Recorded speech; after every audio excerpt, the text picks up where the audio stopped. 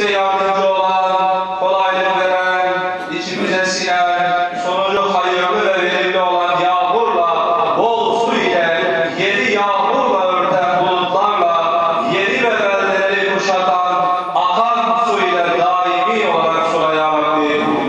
Ya Rabbel Alemin, bizi yağmurla sula, bizi rahmetinden ümit kesenlerden eyleme.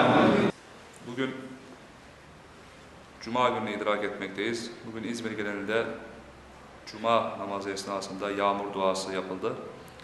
Bizler de Eşrefpaşa Camisi ve cemaat olarak bugün yağmur duasını yaptık elhamdülillah. Malumunuz uzun zamandan beri uzun süreli yağmurlar yağmıyor ülkemize, beldemize.